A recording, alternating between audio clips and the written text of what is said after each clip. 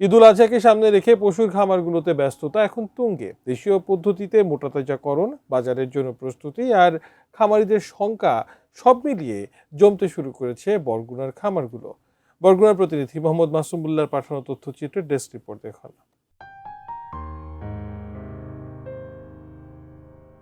কোরবানির ঈদ যতই ঘনিয়ে আসছে ততই ব্যস্ততা বাড়ছে বরগুনার পশুর খামারগুলোতে। জেলায় কোরবানির জন্য প্রস্তুত প্রায় ৪১,০০০ পশু। স্থানীয় খামারিরা দেশীয় খাবার, সবুজ ঘাস, ভুসি, খৈল, ভিটামিন খাইয়ে পশু মোটাতাজাকরণে দিনরাত পরিশ্রম করছেন।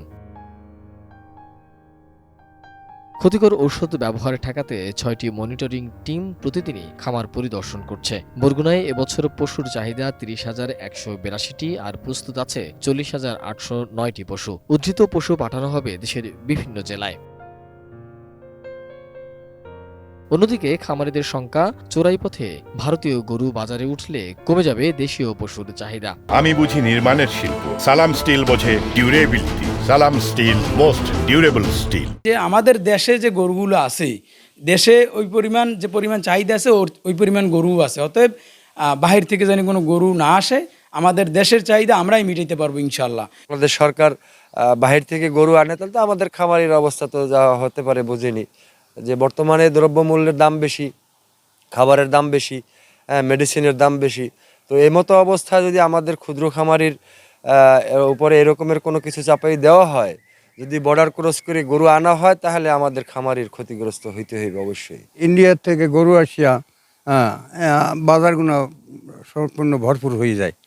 তা এই সমস্ত গরু বিক্রি করতে পারে না, একবার ঢাকা দিয়ে ফেরত নিয়ে এসে।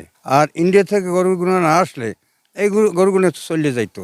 এবছর ভারত থেকে কোনো পশু আসবে না, সীমান্তে কড়া নজরদারি রয়েছে বলে মুঠোফোনে জানান জেলা প্রাণী সম্পদ কর্মকর্তা। সরকারের নির্দেশনা ভারত থেকে একটা গরু যেন বাংলাদেশ সীমান্তে না, খামারিরা ন্যায্য মূল্য পাবে, এটা আমাদের প্রত্যাশা।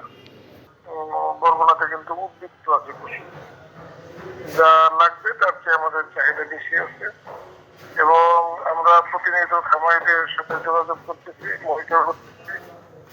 ন্যাচারাল খাবার খাওয়াই কিন্তু খামারিরা এখানে গরু বা তাদের ছাগল, ভেড়া এগুলো লালন পালন করেন।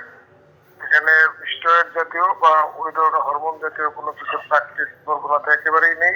দেশীয় পশুর সুরক্ষা ও ন্যায্য দাম নিশ্চিত হলে লাভবান হবে প্রান্তিক খামারিরা। সঠিক বাজার ব্যবস্থাপনায় গতিশীল হবে কোরবানির পশুর বাণিজ্য, এমনটাই প্রত্যাশা খাত সংশ্লিষ্টদের। Desk report, ATN news.